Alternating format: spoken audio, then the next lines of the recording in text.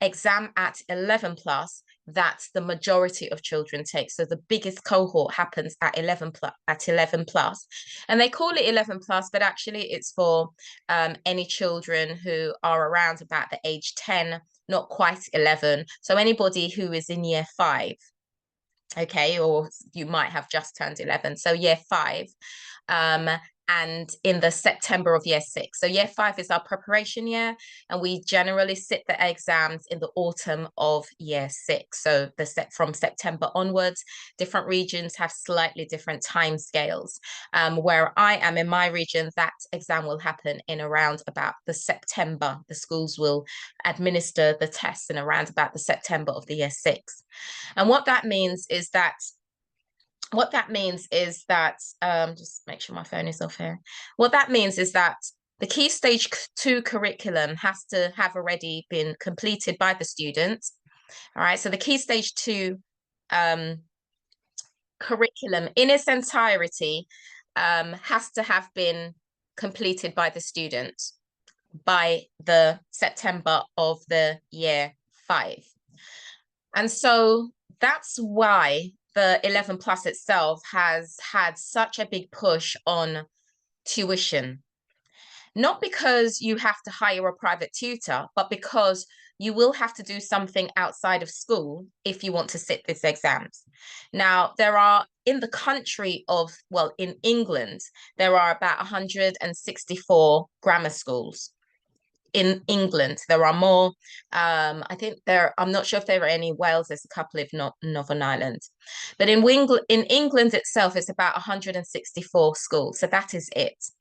There aren't any plans, we don't think, to build anymore. They're quite controversial because, of course, the nature of the schools are that they are selective, and they're selective at the age of 10 on ability. They've always been around. At the time, initially, they were set up to have a kind of separation from some children who were more academic, and they could go to the local grammar school, which was another pathway from different from a private school to get certain opportunities, and they were designed for children who are much more academic and could a place where the curriculum could be stretched. Okay, so that's what they were there for.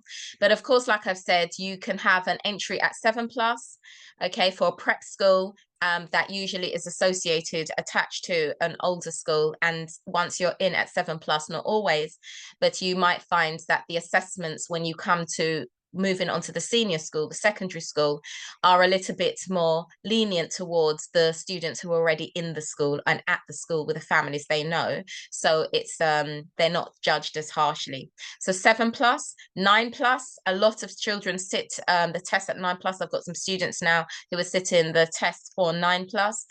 So then you go in and you start your year 5 in the school so and then you move on up. Certainly I've got some independence for that. Now the grammar schools are state funded schools. All right, they generally do not have a lot of money. They are funded by the central government like all the other comprehensive schools that there are. It's just that their selection and their admission process is selective. It's got a different admissions policy. A comprehensive school is going to be able to intake or admit students on their locality, on where they are, and other supplementary information that the school may prescribe, but not on the basis of academic ability. And then, of course, 10 plus, 11 plus, and 13 plus. All right, so 13 plus is what is geared up to many students who go to prep schools. They usually leave school in year 8 at their prep school, so the primary equivalent, and then they move on to the independent school at 13 plus, and that's a different kind of exam that usually includes science too, not just English and maths or verbal or non-verbal. So it's including science at 13 plus as well, and that's a different separate entry route.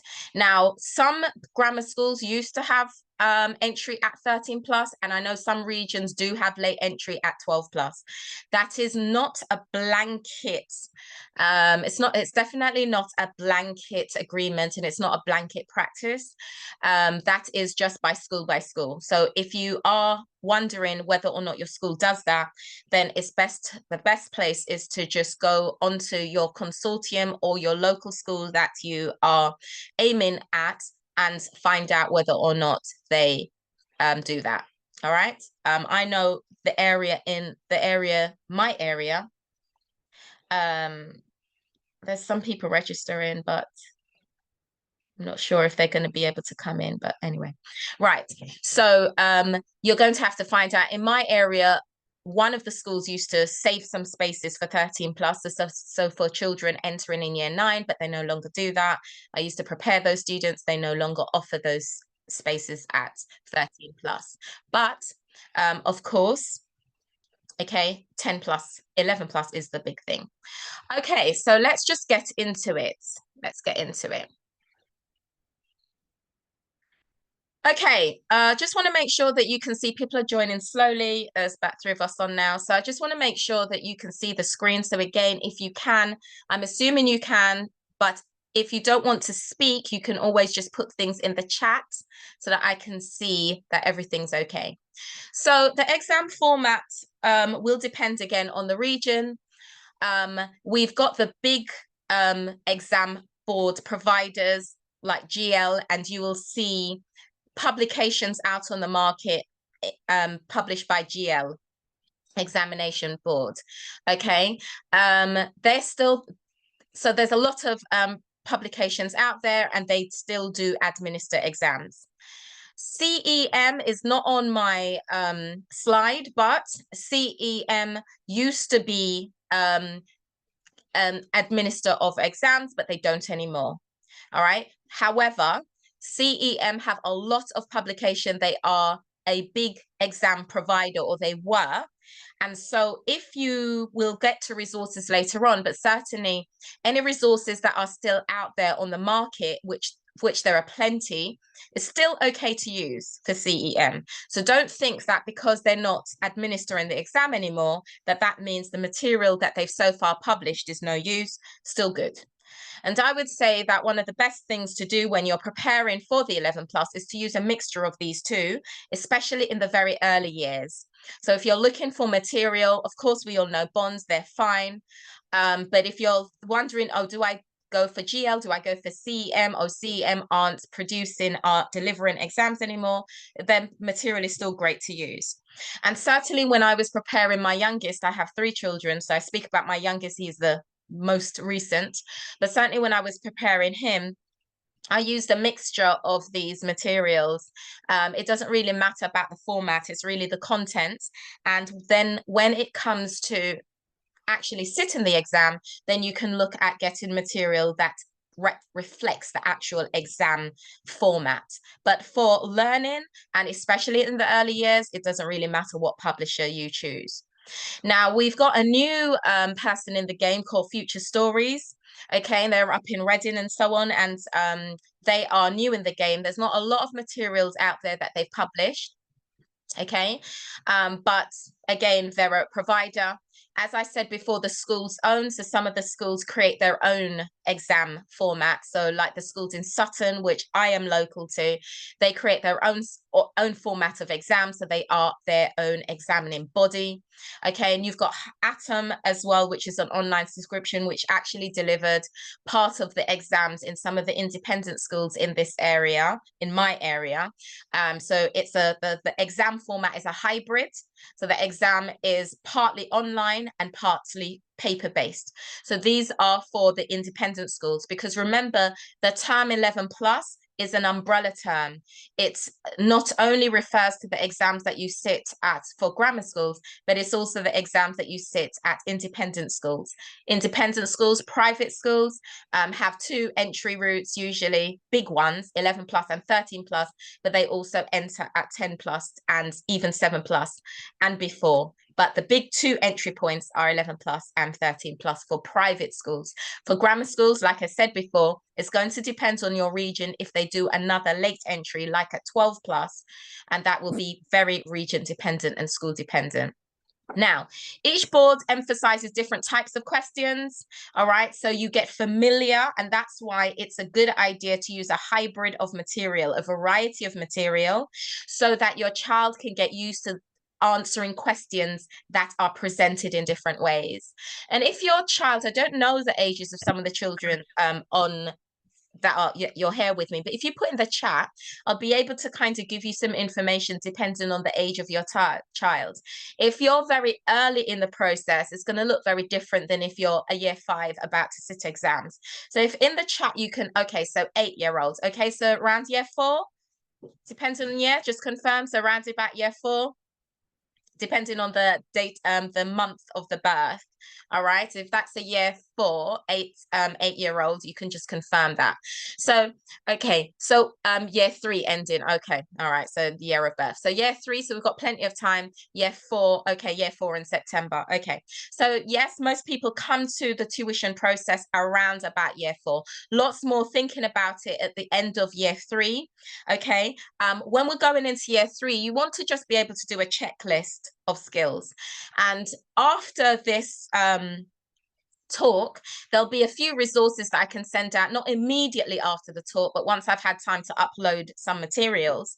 So in the next few days, in next week, I'll be able to, anybody who's on the talk, send out some guides of the resources that you can use certainly in year 3, the ending of year 3, and a checklist of the skills moving into year 4. So again, if you want those materials, I can send it to everybody who's here, or you can just message and say yes for whatever resources that you want.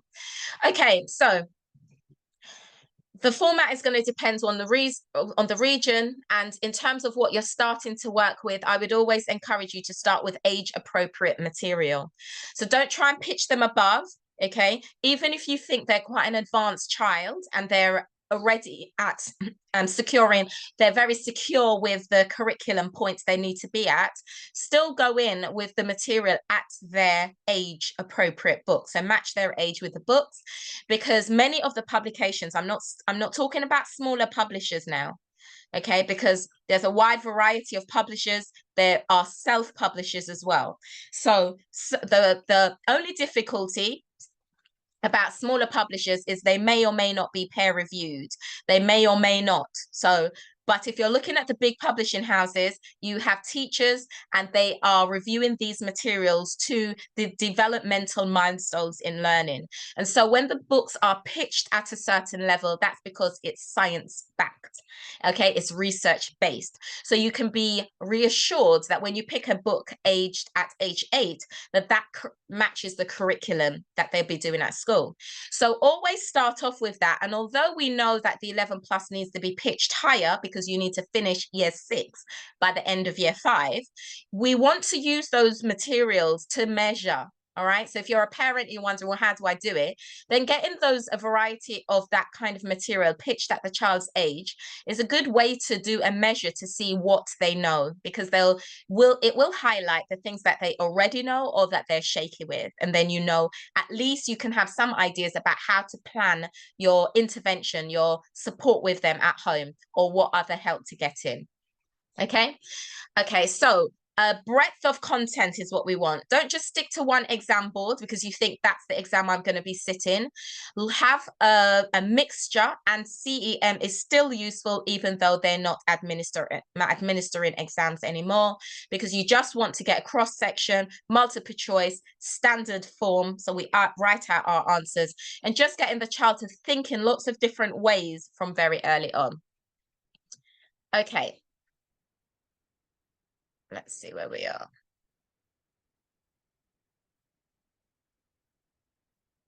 Okay. So I've touched on this slightly. Okay. And the curriculum for the 11 plus is going up to the Key Stage 2. all right, of the year 6. So that is everything that they are delivering to a primary or prep school student in the national curriculum.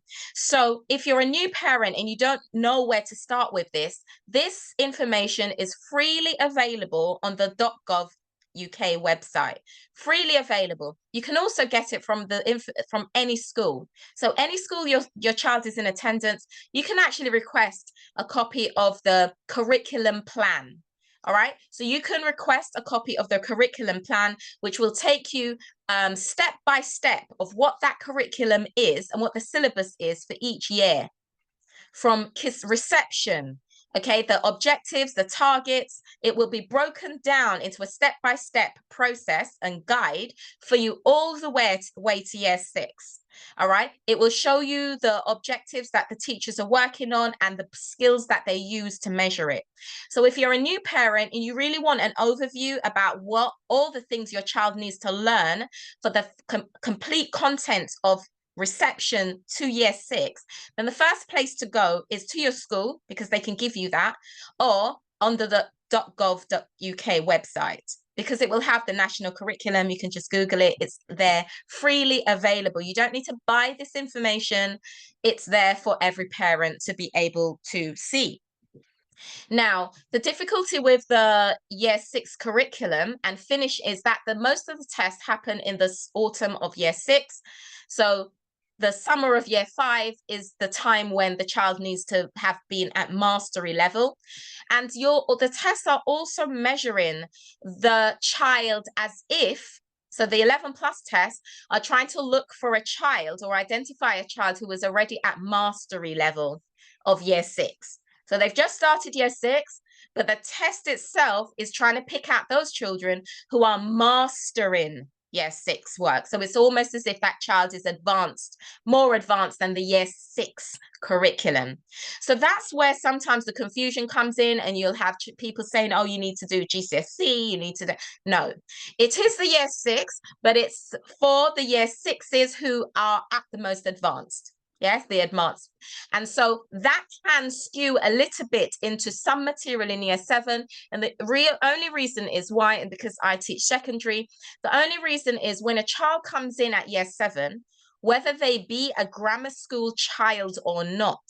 Okay, so even if they start the grammar school in year 7, they're not using a different curriculum from everybody else. They're all doing the same work. Okay. So when we work that hard to get the child in, they're still doing the national curriculum in a grammar school. They're not doing another curriculum. All right. So when they come in at year 7, we still do baseline assessments. So it's just a general assessment to ensure that even though they've taken the test and the test says that, right, they're right, that ability, we measure them again to make sure they are, so that we can tweak our learning plans. And so we do that assessment. And so then in year 7, we will have material for the children who are outperforming at the beginning and stretch.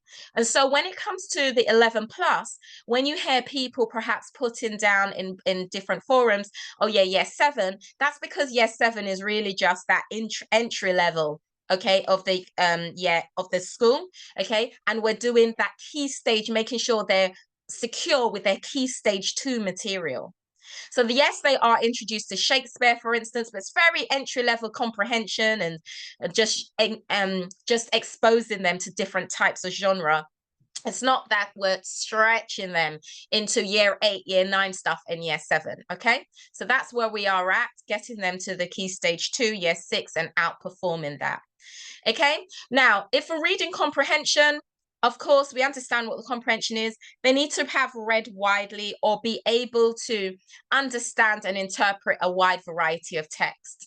So most children will be familiar with narratives, will be familiar with stories, because that's what we're presented with mostly at this point.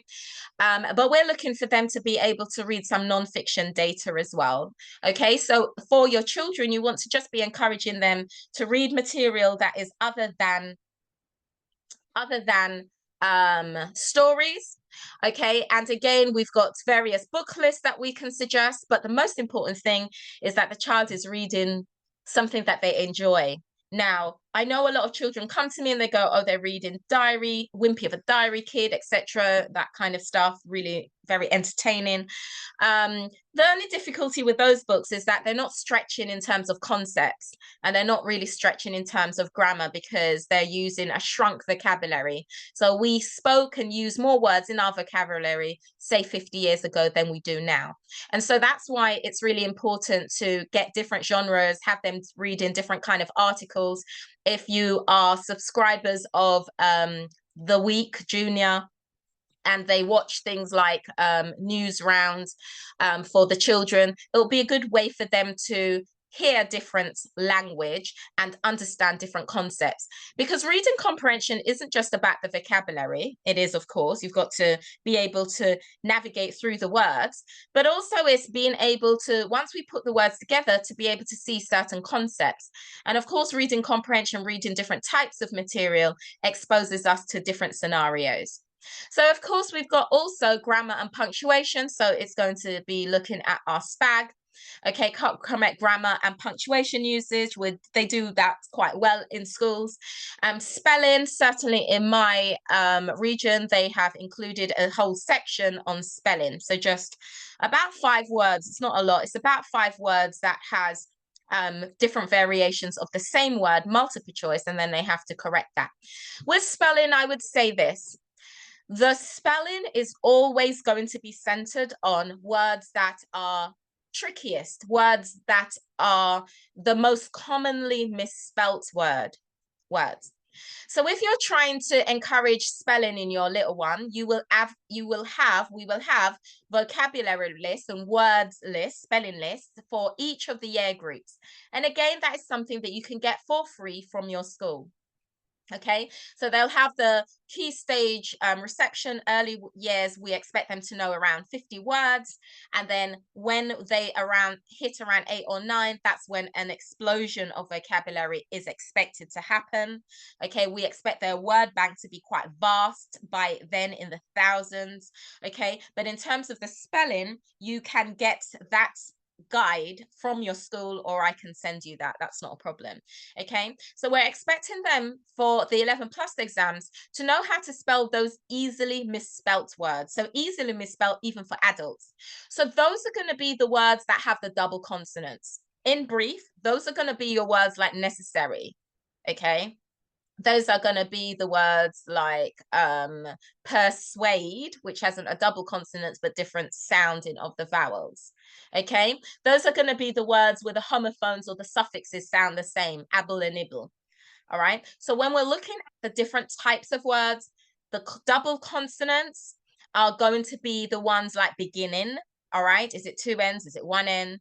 Okay, and those kind of words that are coming up in the test. Certainly in the new Sutton test, 3rd year running, those are the kinds of words that have been on the sheet.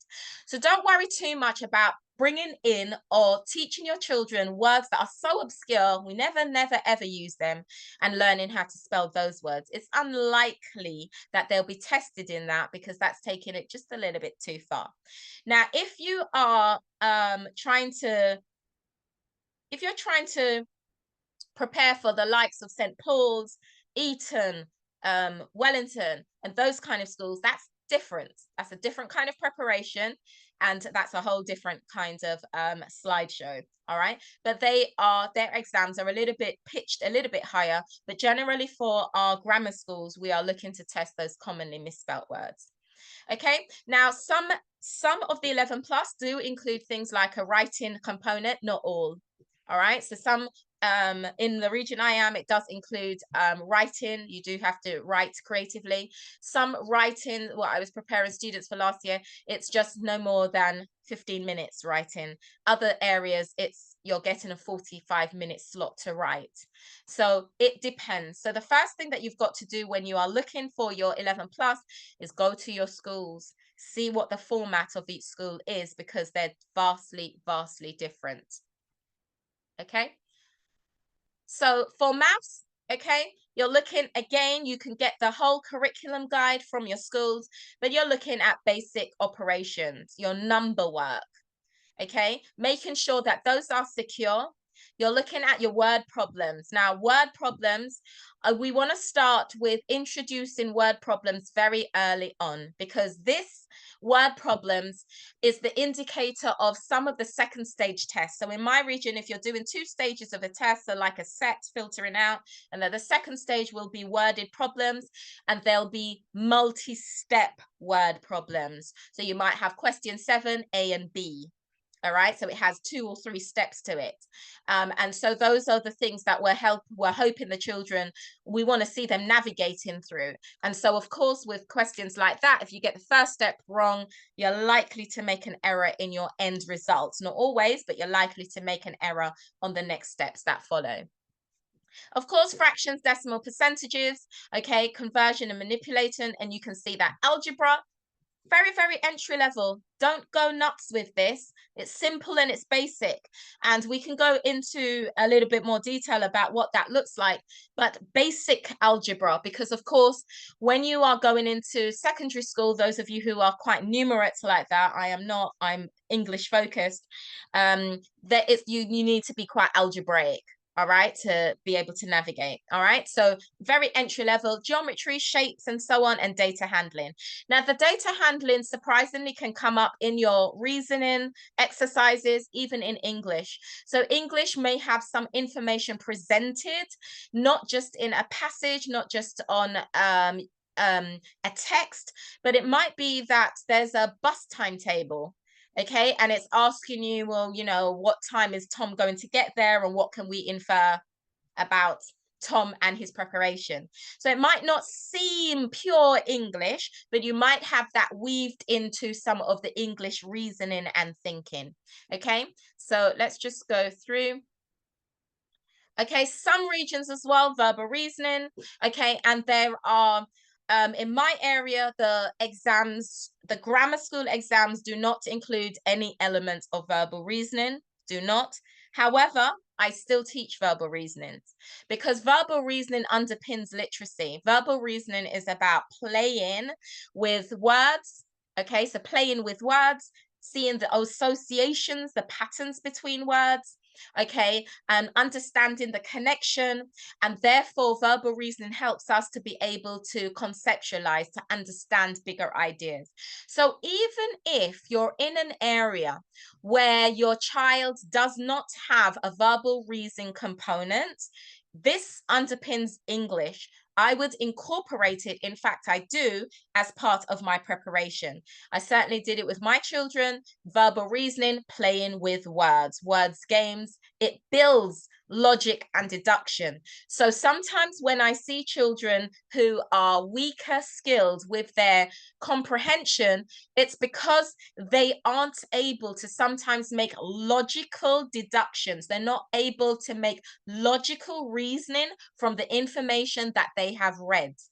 And so when we do the verbal reasoning, it develops that skill in our brain. It develops its brain training, really. So it develops that ability to think laterally and that ability to think a little bit more widely and outside of the box, as they say, to be able to work things out from the information, even if that information is just words.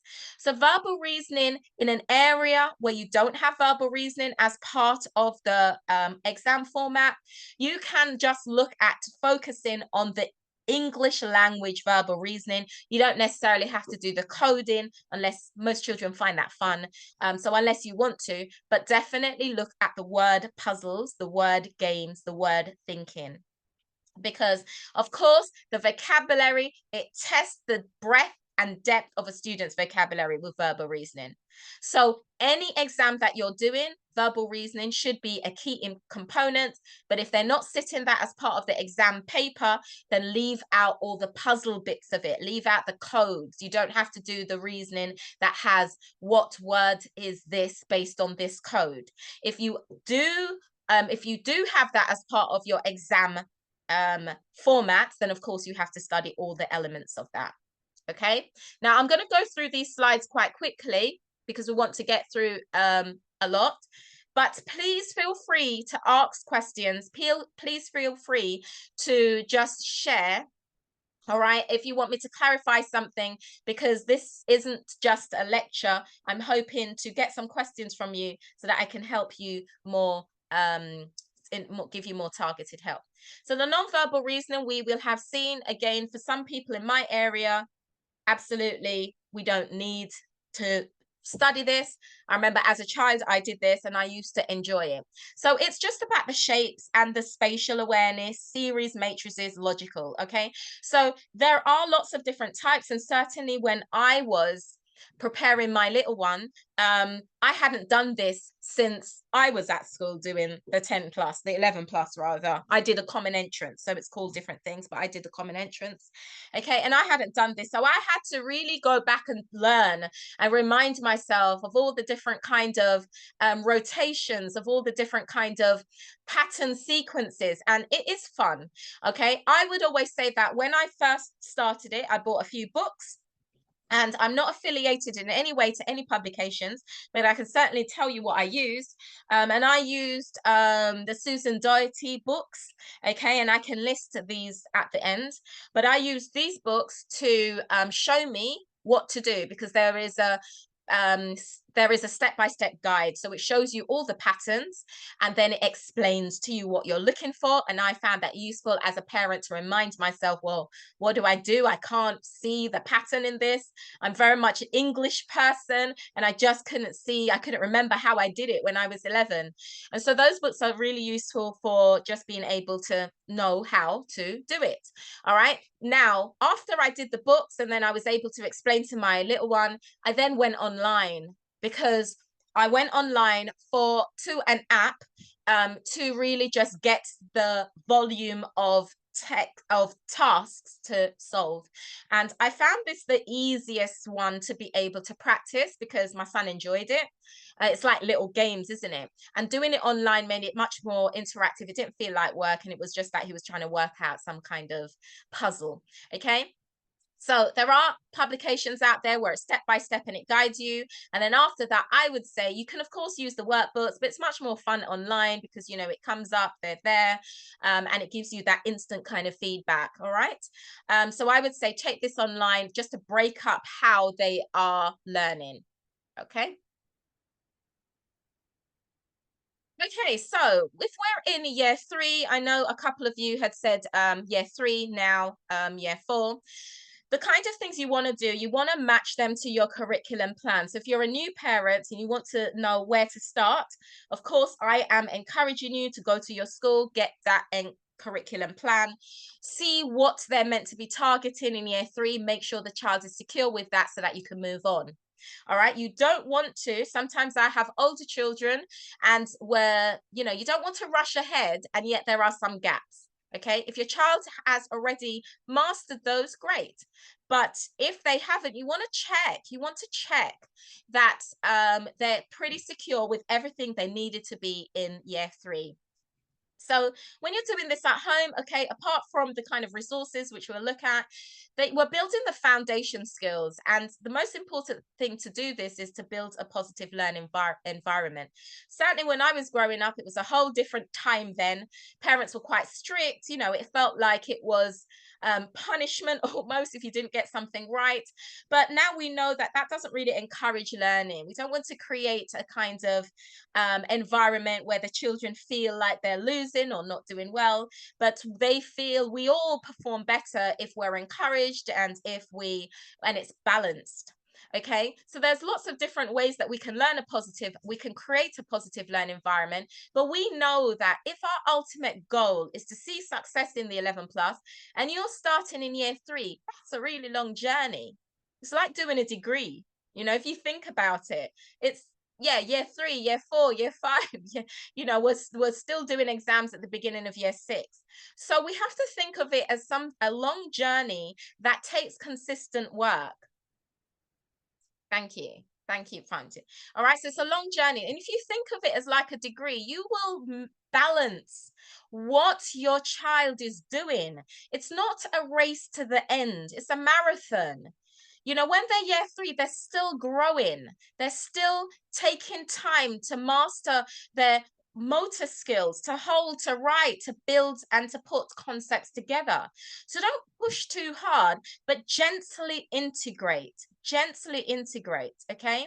And you will find that the child will gradually bloom. Also, for parents, don't dishearten, because you might think, oh, you know, I've checked the school curriculum. They say they're learning this, and we're stuck.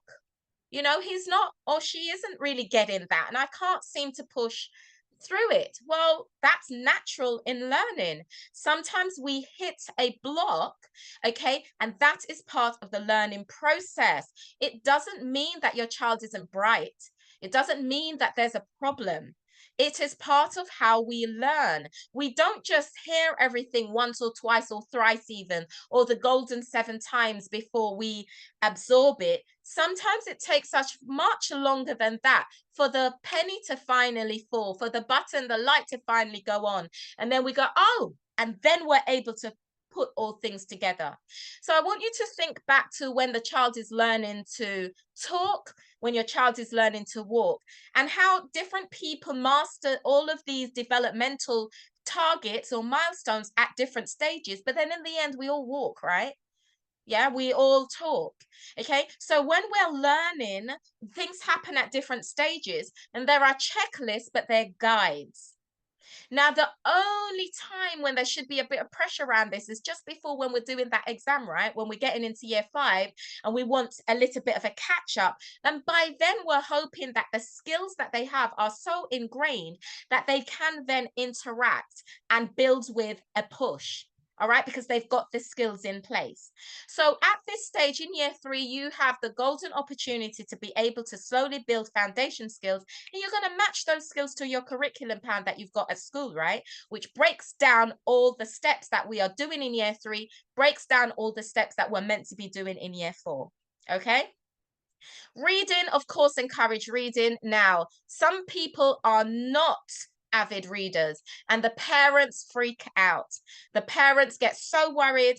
My child doesn't really like reading. My son read, but to this day, he doesn't really read much. It's not something he naturally enjoys. I love reading, and I was just so dismayed. Why aren't you reading? Your sister loves reading. Even your brother, older brother, loves reading. He read. He's got into a second. He got a scholarship for an independent. So why aren't you reading? Now, he read enough, and I just want to encourage you that reading enough is good enough to pass an exam. They don't have to read every book you throw at them. Okay, but they want to be able to read enough so that when I give them a text, they can get through the text. That is all. We need to learn. Part of the 11 plus preparation is, of course, encouraging daily reading, because that's going to help you not just with vocabulary, but it's going to help you with ideas. Okay, reading isn't just about vocabulary. Reading is about seeing pictures in our mind. All right. And from pictures, we're able to build ideas, we're able to fantasize, we're able to build worlds. Okay, this helps us to deduce, to make logical inferences from the pictures that we feed ourselves. This is why it's important to read quality material, because you want to make sure that the pictures that they are being fed are the pictures that are wholesome and are helpful. All right, so we want to watch the kind of scenes that are being created in their head for reading. Basic maths. We know from any math, and anybody who's numerates, you're going to introduce that very early on, aren't you? You're going to introduce that when you go to the store. It's really hard now that we're in a digital age and they no longer hold the coins and the notes. But if you have those coins and notes, it would be a good skill for them to go to the shop. I mean, they can do it arithmetically, mentally, when if you give them a card, but it's not quite the same as holding those literally dollars and pence, pounds and pence in their hands, and being able to navigate with it, being able to see how much, because some of us are visual learners. And certainly when it came to me, learning math skills visually helps to reinforce the ideas mentally. So you want to introduce that very early in anything. There are questions you will see once you start looking through the books. There are questions that ask us about the weight and the height, what, to estimate. All right. So these kinds of things start introducing quite early. I mean, COVID was a great time for understanding what 6 foot looked like, all right, by just judging it as a space. And those are really good techniques for introducing to your child very early on, okay? It doesn't have to be part of a bigger piece of work you're doing, but it's something that you can definitely introduce, all right? So you can be in the kitchen and you can say, okay, well, we need 6 meters between us, okay? And they will learn what that is so that when they come to estimate, they'll understand 4 meters. They'll understand measurements and distance. It helps to build the concept in their mind. Also, the tin of beans. All right, take that out. That is an 11 plus question. You know, how much does this tin weigh?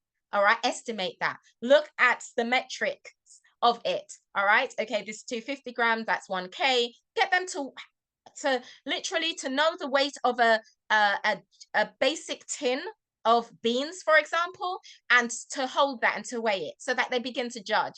These are nothing new, guys. These are things our grandparents probably did. We did, okay, where they could judge something by holding it, seeing. These 11 plus exams, I'm going to let you in on a secret.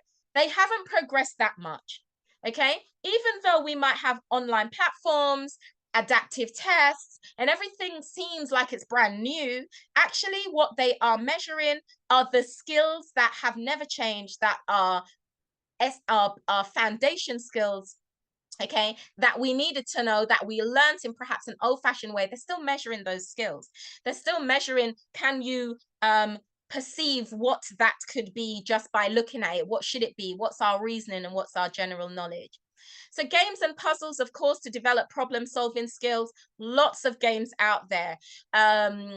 Showing my age, the Nintendo used to do brain training ones. They are really good. Those brain training games, they are really good for developing what we call that automatic retrieval. Okay. So even though we don't want our children to be on too much screen time, feed in quality. Okay. Feed in the things that are going to help to activate their brain so that they're quickly solving and retrieving information. So actually, online strategies work well. I used to use a website with my son, which just has a countdown timer of words. And this was when he was in year 5, guys. But there are entry-level apps to that. And Quizlet is a good one. You can go on it and make your own. A lot of the material and resources that I will be giving you are free. And that's not because I don't think much of other material. I do. I use a variety of materials with my students. I use a variety of materials with my own child. But sometimes we want to just be able to get things for free, and then you can supplement it with the other things that you choose to buy. All right. So if we're looking at a very early schedule, 20 minutes reading a day, it's nothing different than your school will say. It's not magic here today with me. 20 minutes of reading each day. Please don't put them in a corner and just ask them to read. As you know, even us as adults will read, we'll skim, we'll scan, we'll skip over ideas we don't get, we'll skip over words we don't get. So talk to them about what they've read. And when you're going to talk to them about what they've read, I would say that you want to ask them questions about the character or about the setting and how that person feels. All right. Just asking them, well, what is it about? That's good for summary. But you want to ask them, well, what's the feeling in that? What is it? Does that, or if you hear them, then you want to say, oh, that sounds like it is quite a dismaying or an upsetting situation. And they might say, yeah, or they might say, no, actually, it's quite uplifting. It's quite a happy one. All right. And what you're doing there is you're introducing this idea of naming feelings, naming mood, and then broadening synonyms, because you're using other words for them to explain what the mood is and for them to tell you why. And that's comprehension. Okay. You might find that they've misinterpreted information. Okay. When you start having a general conversation, you're not just questioning and firing questions, but you're talking to them about what they've read. So weekly math practice, 2 to 3 times a week, basic math. So keep it short and sweet when they're in year 3, 15 minutes. This is a long journey. You don't want to burn them out, and you don't want them to feel like, this again. Okay. So keep it very playful. We learn best through play. Okay. November is. So year 4, we can step up a little bit. Again, you're matching this to the curriculum guidelines. You're making sure you know what those core skills are meant to be. You're strengthening them. So now you can bring in those little 10-minute test things. Now you can bring in those little short, okay, how well do you know that? Okay, so you can start bringing in these comprehension questions, exercises with questions, because they have already been introduced to what is the main idea in this piece. Okay, how do we know that? What piece of evidence shows us this? All right, so those are the kind of comprehension questions. And at this stage, there's different types of comprehension questions, but we're looking at the kind of retrieval type questions where you can find the information in the text very easily because you're trying to measure that they can understand what the question is asking them and they can go to the relevant section in the text and retrieve accurate information. So you're measuring those kind of skills, and then you can begin to introduce other types of questions in year 4. All right, so the inferential type questions, which is always a big area to jump over. Okay, so our reading comprehension, again, guys, please, if you have any questions, don't feel free to ask. All right, advanced math concepts. Okay, so we know based on our curriculum plan, you can see what they learn towards the end of year 4. Okay, and the beginning of year 5, you can create this map yourself. And then you can go through it at your own pace once you've got an idea. Because if your child needs to stay, yes, with dividing fractions for a little while longer, that's okay, because you might find that in other areas they accelerate. Okay, so our verbal and non-verbal, simply reasoning, again, go age appropriate. And the idea here, the main thing is just consistency. So a regular routine of small bite-sized chunks. All right, this idea of giving whole papers and, okay, let's see what we've got here. Should we be reinforcing concepts and practicing according to what is being taught in school that week? No, not necessarily. You don't have to follow what school is doing. You can follow a whole different plan as long as you end up covering what school is covering, that's fine. Because you might find that your child has learned to tell the time and they're still practicing it at school, and you can move on. And you can use the curriculum plan to see where you're going next. And then what will happen in school is that they will see the children who need to be challenged and therefore step those children up. Okay? Equally, on the adverse to that, your child might not be mastering this. Your child might need to have a bit more time on that topic, and that's okay. And again, you take that back to school, because sometimes what they do is they might withdraw them and they have a little intervention group, and then that helps to give them the additional help they need to master that skill, and then they can be reintroduced and catch up. Okay, so it doesn't have to follow week by week. It can chop and change. Certainly when I was preparing my youngest one, we didn't follow the plan. Okay, we didn't follow the plan at school. We were accelerating because he was able to grasp it. With my older son is dyslexic, we stayed, the pattern was very different. We had to spend a long time, for instance, learning to tell the time, because that's a trait of dyslexia. All right, being able to read the analog clock and being able to understand that. So I had to put in more intervention around that because it was more difficult for him. All right, so depending on your child's learning needs, you are going to either be walking hand in hand with the school or jumping ahead of it or staying a little bit behind. But as long as you cover everything that is in that curriculum plan, it really doesn't matter. Okay, the child isn't going to get over confused. They're not. Their brains at this point has a propensity to really take in. So don't worry about confusing them. All right, especially if the work looks like games that you're doing outside. All right, no, it's not going to disadvantage them in any at all. So of course then, I'm not going to go through, okay, let's just see. Yes, we do overthink. We do overthink. Okay, overcomplicate. So I'm going to tell you this. This always reminds me of me. It's quite natural. I only learned to swim as an adult. Okay, I don't know what I was doing as a child, but I only learned to swim as an adult. And it took me ages because I was just overthinking the process. Because the more you think about it, right?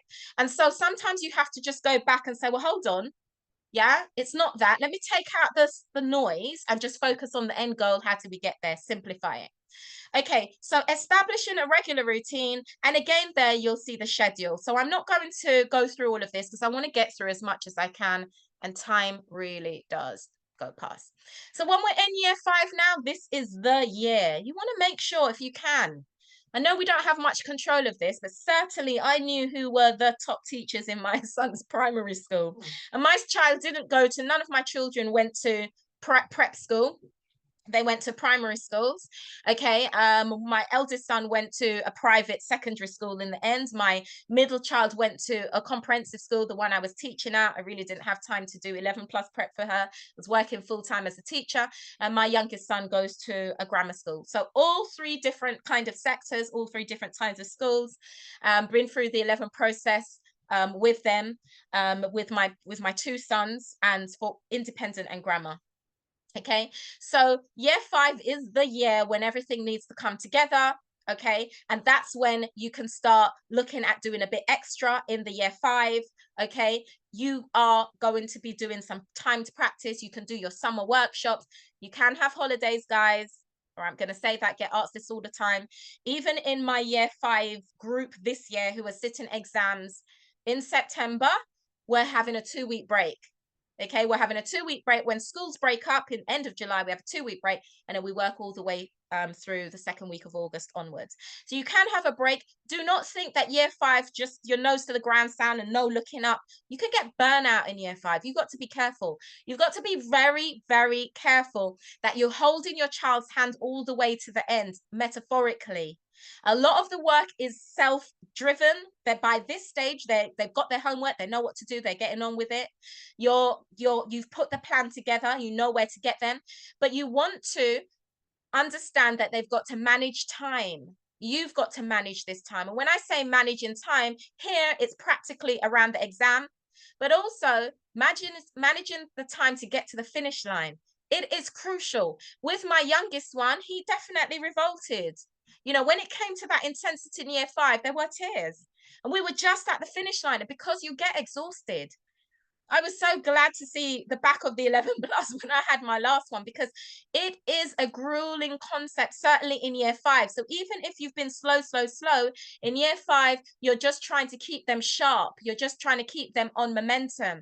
And so the latter part, especially in the summer, it's staying with the program. That is the challenge. By then, they've covered the Key Stage 2 curriculum. You're doing a foundation level maths paper and they're acing it. Okay. All right. But you will have to stay with the program. And that's the time when we falter. We're humans. Think about when you're near to the end of something, you just want to stop. They're there too. Take care of their mental health, because that sees them shine in the end. And I can tell you this from doing it over many years. It is not the brightest children that get through always. Just being bright doesn't mean you pass the test.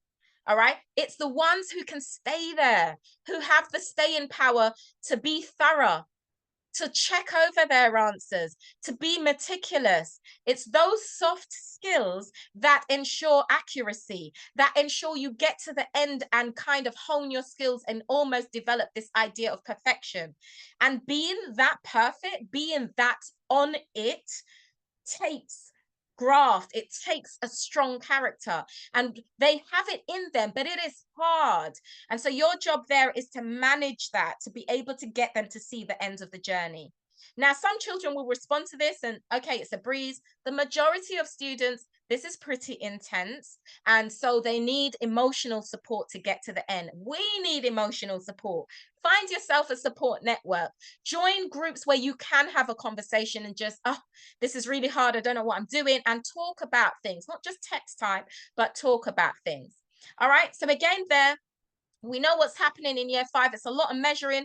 Go onto your curriculum plan again for your year 5, summer, spring of year 5, testing materials. Go onto your year 6 curriculum. They have to have been secure with this by year 5. I would not suggest, I will not advise that you go into the year 7 curriculum, because there are going to be some aspects of it that they need to know, because we're doing baseline assessments and you're not going to know which bits you leave out. So get guidance. This is where you get guidance from a teacher. So my daughter is a maths teacher. She teaches currently in a secondary school locally to us. And so when she takes on my 11 plus students for maths, She can, for in year 5, she can test the topics that they need to be really secure with on some of the foundation level papers. And when they get to that stage, they're completely ready for any test. Okay, but she knows which topics to give and which ones to leave out. So get some specific guidance with that from somebody who knows. Okay, so sample weekly schedule, excuse me, year 5. We don't want to overwhelm them. I have parents who in year 5 give 4 test papers a day. 4 test papers a day, and that's not the only thing they do. Okay, if your child can cope with this, I wouldn't advise it, but I have parents who do that. So this is a spectrum, and this is just a guide. Okay, the most important part of this aspect is the problem areas. In year 5, you want to find out what's going wrong and why. So when you do comprehension practice, you want to not just focus, yeah, he got 80%, look at the 20%, and you can create your own paper. All right, what I did when I started creating papers, so I do test papers, when I started creating that was I actually took all the questions that my son got wrong and created a maths paper. Super great. I created an English paper with all the questions my son got wrong. Created a math English paper. You can do the same too. It doesn't have to be a constant, because then what you're doing is you're actually creating targeted material for your child. And then that way you have a checklist of the most difficult to get and grasp areas for your child. This is what teachers do. They look at the patterns, they see the areas that most children get wrong, and then they test and create materials for that in order to progress. Do that for your children. In year 5, this is what we should be doing. All right. You can introduce that later, earlier on as well. Focus on the areas that they're not getting to grips with, and then put in place practice and materials for that. Okay. So I'm going to zoom through these. There are so much information. It's really hard to get through. It's been an hour already. I can't believe it. Okay. All right. But I've got sample weekly schedules. Okay, here we've got just anything that we need for a plan to work. Consistency, small and often. Building a habit takes a while. Get them used to this idea where we do kind of like vocabulary puzzles in the morning. I love it. We do verbal reasoning targets because they're small. Yeah, 10 minutes, 15 minutes will not seem like a chore. All right, you want to be quite clever when you introduce these things for our children, so that they understand that it's small things that this is what I do with mum, this is what I do with dad, this is what I do with gran. Okay, positive reinforcement. Encouragement is going to help us to feel good about our learning. When they make a mistake, relate it to yourself, relate it to mistakes you've done. Say things to them like, oh my goodness, that is really hard. I actually find this really difficult to understand myself. Relate to them, because it will make them feel like they're not the only one. It will make them feel like, okay, I'm not silly for not knowing this. And even if my son was very perceptive, like a lot of your children are going to be, he was able to see in his class who are the bright children. This is what he said to me. Who are the children that are sitting on that table over there? They get the stretch work. I don't.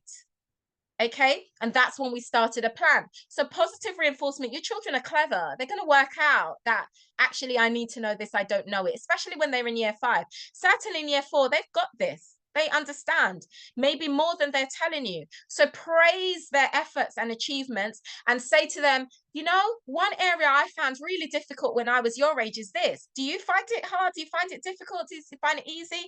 And then praise them. You know that? I found it so hard to get to grips with that. Tell me about it. Give them opportunities to teach you something, even if they know it already. So let them teach you a topic you know they're good at. Because again, what they do, you can just pretend, say, you know what, I've never really understood how to figure out what a character is like personality wise. Can you show me? Can you tell me? All right, let me see. There's this article I've read, or there's this text I've read from this book, and I can't figure out if this character is a good one or not. and get them to explain to you, well, no, I think they're this, because then it's collaborative and they are in the seat where they're showing you. They become the expert. So you're using a bit of reverse psychology to get them to tell you what they know, to get to build their confidence.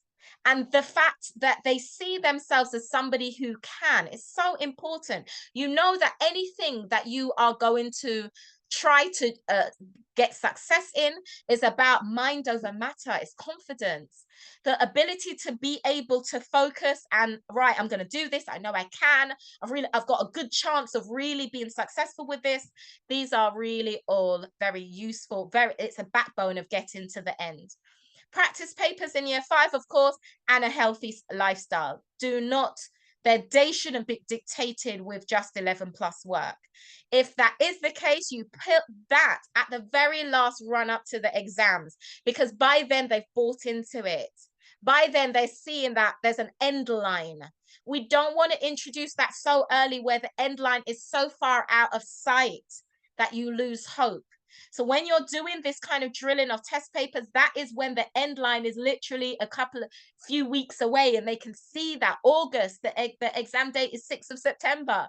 They can see the light at the end of the tunnel and they go, okay, I'm going to give that last push. That's when it works best. Okay, so starting early with a good balanced plan.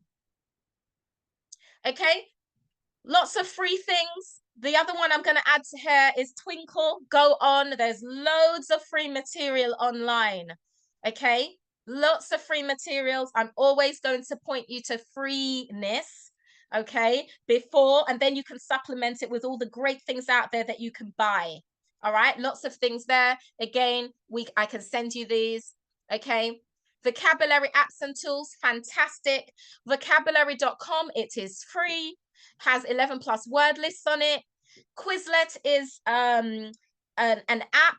Again, you can have a free version of this. And guess what? You can create your own flashcards. You don't have to go and buy flashcards. I mean, you can if you want. You can if you want that a hard copy, all right, but you can create your own flashcards which they can play online on that app, free. Okay, they do, all of these will have a subscription model, but there's enough of it that you can get for free, or the subscription is so low for an annual subscription, it's a very good investment just for a year. And certainly when I was working with my youngest, I used vocabulary.com, I used Quizlet, and I used Quizlet with my students. Okay, but I paid for, I think, DIY, 11 plus DIY, because again, it had the vocabulary with the clock, but now you can do that on Zoom. Yeah, you can put some words up and you can just do what's the meaning of that word, and the clock is ticking and it's more fun. Okay, and you can do that on their iPads or anything like that, any tablets that they've got that they can hold in hand. Okay, games and activities, again, lots of strategies here, lots of places that you can go. Look, the old-fashioned game of Scrabble is brilliant. Okay, is brilliant. All right, finding words, making smaller words. It's really good for suffixes, Scrabble, for learning kind of the endings of words. All right, and good one. Hangman, don't forget these old-fashioned games, because you can incorporate them as games that we play with a family. So we always do this. Pictionary board games are really good ones. All right, Guess Who I Am, where you put on your head and you've got to guess the character. All right, Hangman is good. Storybird, BBC Bite Size has a lot of activities and games on it. All right, okay, as well. All right, so I'm going through these at lightning speed, but again, all of these things I can send you. All right, all of these are free online, fast-paced games online to just develop that number work, that English work, and that vocabulary. Okay, so publications, of course, like I said there, you will see CEM. The papers are still good, even though they're no longer administering the tests. Still use them. Use a variety. If you're in a school where it's a hybrid approach, of course, you can use Atom. Okay, you can use trusted publishers. There's a lot of great tutors, a lot of great companies that have material. Be careful, do your research, make sure that material is designed well. That's all I say for that. It's very hard as a parent to know which is good, what's not so good, but do a bit of research, see what works for you, or ask somebody like myself who has tested a lot of material on the market. I pretty much buy what all of the tutors produce, a sample, and I get sent some things to me to have a look at, and then I recommend them to students. And because I mark exams, I'm able to see what a good layout is and what good content looks like. Okay, Schofield and Sims for me is the one that I recommend to all my students. If you're learning and your child is in year 3, the way that the books are organized is in bite-sized pieces. All right. And it's very curriculum based. So it's very easy to work through the books, and they're quite cheap because I think they're like £3.95. And then they have the bigger revision guides. But if you want to work through spelling, they'll have a book on that. You want to work through punctuation, they'll have a book at that. And it's cheap and easily affordable for when you're doing this kind of prep at home yourself. Okay. So, yep, look at online. We've got here the School Run, Font of Knowledge. Of course, all of these websites are going to have a subscription because that's the whole objective of them, to give you advice and then to enter like a community where you can get more information. But a ton of advice on there. Tutor4 blog, 11 plus exams forum. As a parent, that's the one I used. So 11 plus exams forum, it has a lot of information separated by region. So if you're in Kent, it'll have information on the Kent exams. It will have parents who are doing these exams, who are asking questions. It will have experts on there who have been on these forums for years, giving advice, showing you where to go, where to get information, what's happening right now. So that's a brilliant one that I use for my preparation. I was in the Sutton and London area, so I was going there for my advice. You'll also find people saying, okay, stage 1, stage 2, what's happening, not giving anything away about the exam there. That moderators are quite hot on that, but you can get, it's a good forum for support, not just Facebook groups. Okay. Okay, sample edition and games, cooking together. We've gone through that, so I won't spend too much time on that. Okay, English activities, of course. Book clubs are a good one. I used to like to write when I was younger, but if your child is not a writer, don't force them. Writing is something that has to be quite creative. But I will say this, if you are encouraging your child to write, don't feel they have to write a whole page. Yeah, they don't have to write a whole page. Yes, it can just be, I felt like this today. All right, because you might find that they get to a stage where everything builds up later on. All right, and different games. Okay.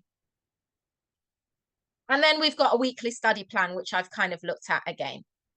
Okay, at this point, I've gone through a lot. I've done a lot of talking. Are there any questions at all about the 11 plus that you've got questions about? Is there anything in your particular area that you want me to answer? Anything you're curious about at all? Okay, there are some word lists that I can send out. I'll put it in the guide section of the group.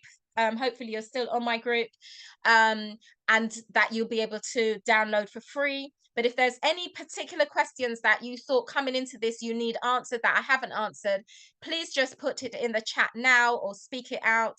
Okay, and I will answer. Please, can you share the non-verbal books that you would recommend? Yes, okay, I can do that. Definitely with the non-verbal, like I said, I shared